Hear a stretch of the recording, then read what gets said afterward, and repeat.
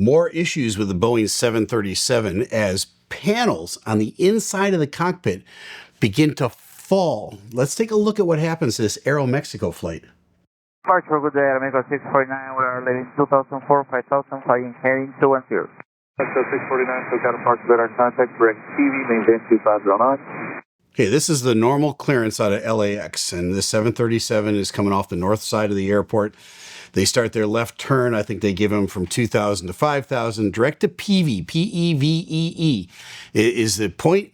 PV is where everybody headed east or south goes.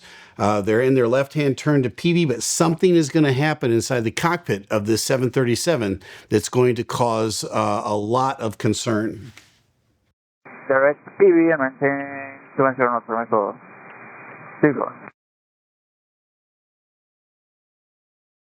Here they go. And Aeromexico 649, sir, we have a situation up here. We'll be right back, but first a quick word from our sponsor. If you've been watching this channel for a while, then you should know by now that I really like bread. You might even say I'm a connoisseur of bread. So much so that I flew to Paris almost 2 years ago to pick up a loaf of bread for my wife. But looking back now, I wish I had known about today's sponsor, Wild Grain. Wild Grain is the first baked from frozen subscription box for artisan breads, pastries, and fresh pastas. And honestly, this stuff tastes like something you'd get from a bakery without having to fly to Paris or even leave the house. What I really like is that Wild Grain uses simple ingredients that you can actually pronounce, with no preservatives and no shortcuts. They use a slow fermentation process that can be easier on your stomach and helps bring out more nutrients and antioxidants too. And it's incredibly easy. Everything bakes straight from frozen in 25 minutes or less. No thawing, no prep, no fuss, which means you can keep your freezer stocked and still have warm, fresh bread whenever you want it. They also let you customize your box. You can choose from variety, gluten-free, vegan, and even their new protein boxes. Plus, they're always adding seasonal products, so there's usually something new to try.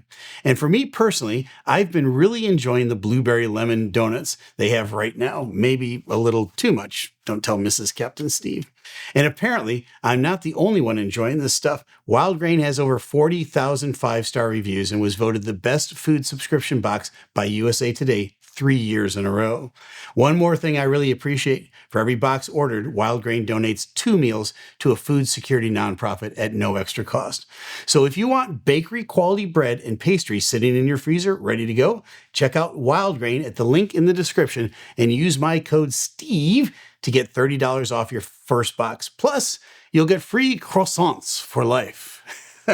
Thanks to Wild Grain for sponsoring this video. Sponsors like this help us to make more content for you. The overhead panel just came down like with a screwdriver probably, so we're going to need to come back, okay? Okay, so the voice changes, and it's most likely the captain. You always hear me say that when there's one voice that overrides another. The captain is probably an English speaker as his first language. He doesn't have any accent. The other pilot had quite a heavy accent. And so I don't want you to be confused about who's talking here, because when it's a foreign airliner, it's very easy to figure out who's on the airplane and who is ATC. This now is, I think, the captain on the airplane, and he's trying to explain what's going on. These guys are climbing out, and all of a sudden, one of the overhead panels, I think in the cockpit, comes down. And now how far it came down? Did it hit the panel down below? Did it hit either one of the pilots? Was it something that was way behind him? I don't know. The 737 is not a huge cockpit. It's really pretty small. Right behind both pilots, there's about 8 inches for them to push their seat back and forth before they hit the circuit breaker panel behind them. So there's not a lot of space up there. So whatever did happen is going to be very close to one of the pilots. And he says something about a screwdriver. He says it's the screwdriver issue.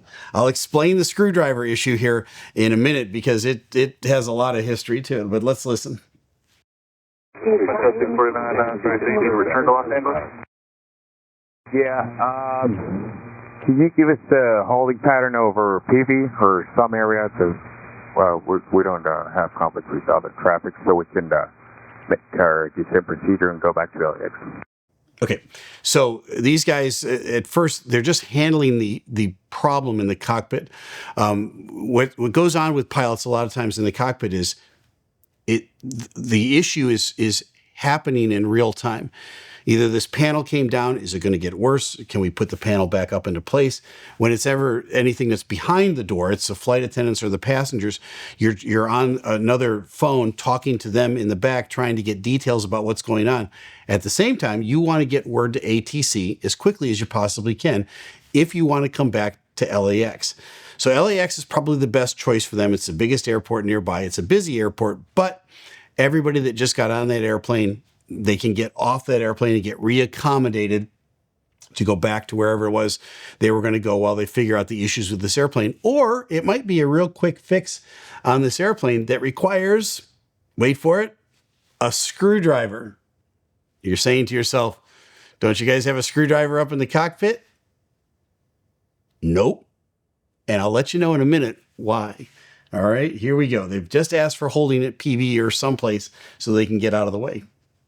Aeromexico 649, you're leaving my side. They'll give you some holdings. Try approach 134.35 and let them know the situation. Right, 3435 Aeromexico. All right, so they have to switch frequencies, talk to the next guy. All right. Departure Aeromexico 649.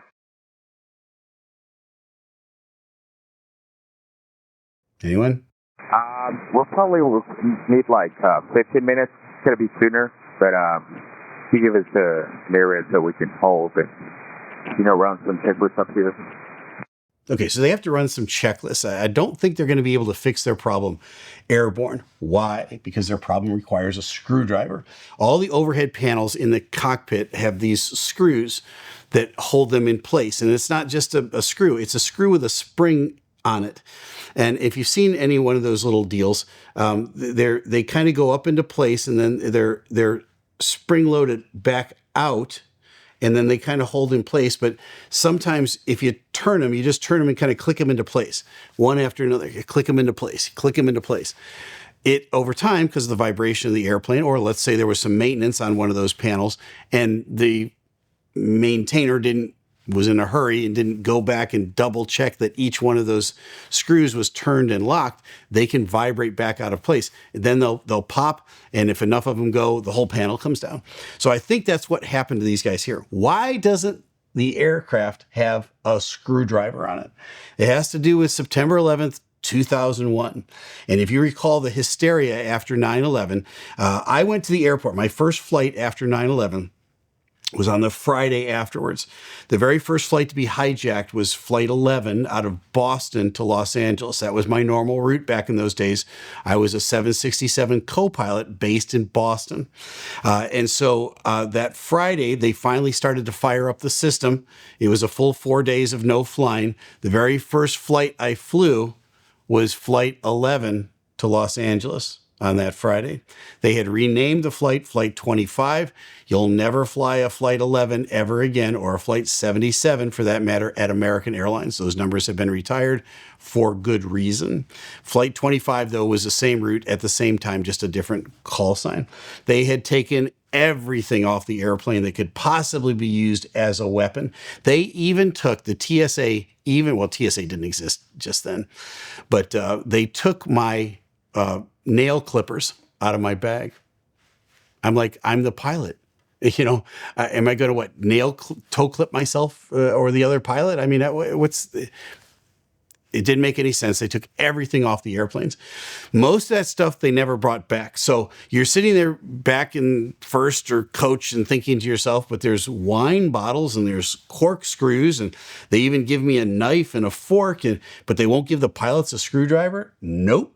They don't give it. They're not on the airplanes.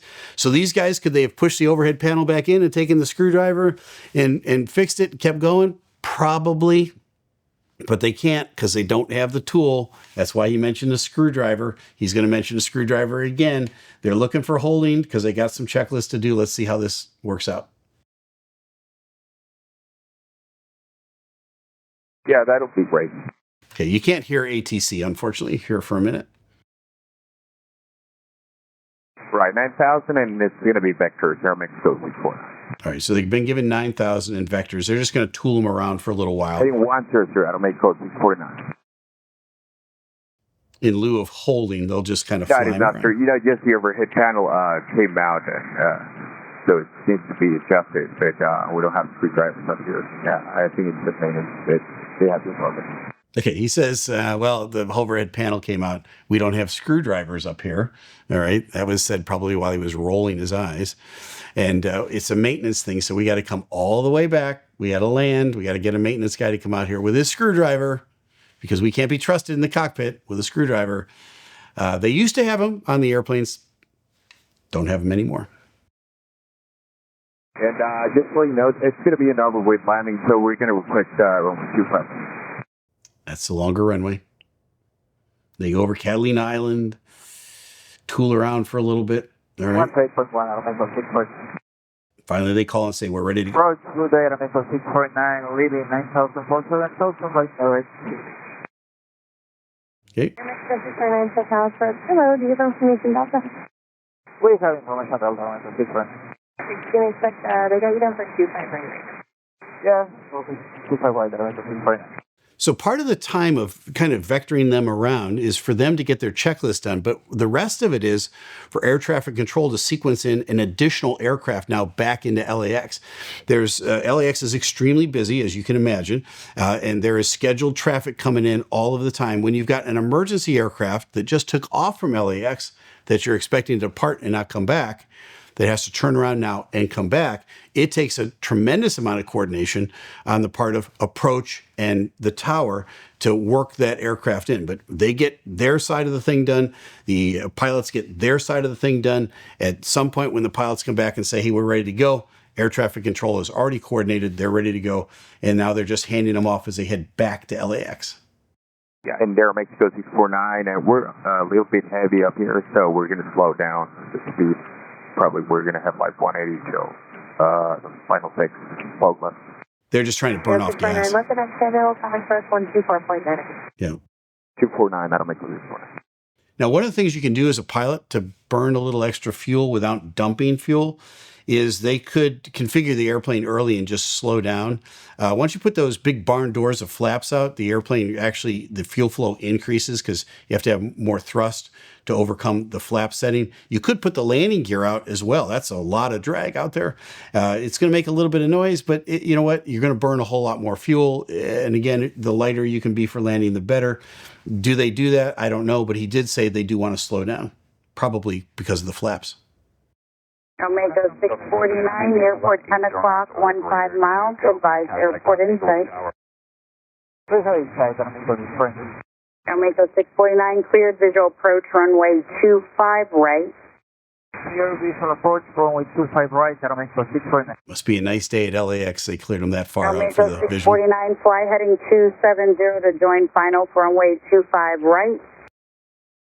Flight heading 270, don't final runway 25 right, Aeromexico 649. All right. So they're on their way back into LAX. Mexico 649, contact LA Tower 120.95. 10.95, Aeromexico 649. Thank you so much, Dave. Okay. Once they get handed off the tower, everything is in the bag here. They land safely on 25 right. Apparently, whatever it was with the panel that came down was not enough to disrupt the flight in the cockpit. It certainly didn't hurt either one of the pilots, but it was a serious enough deal that they had to turn around and go back to the airport. So I can count on, I don't know, 3 fingers over the years I've been with the airlines where I took off and actually had to turn around and come back to the airport. It's very rare. I've never had an overhead panel come down. I have gotten into the cockpit and had things missing where we had to call and say, hey, there's a hole here where there needs to be a panel. And they go, oh, and they come out and they replace it. I have had panels that sat in the pedestal that hadn't been screwed down. You could just grab the handle and lift them and pull them out, but then gravity is going to hold those in. And we had a maintainer come out and just ratchet down all those little screws that take a little half click to go into place. Never had an overhead panel fall. However, it's not unheard of. And here now is the first time I've seen this happen in an airplane. And the 737 has had so many issues now recently that, you kind of just get like this about the 737. But these things can happen. And this one happened. It ended up being uneventful in the long run. They got the panel fixed and they took off a little while later back down to their destination. Well, now you know. I'm Captain Steve. Fly safe. And if you enjoyed this video, there's several more where things were kind of falling off airplanes. Take a look at one of these videos.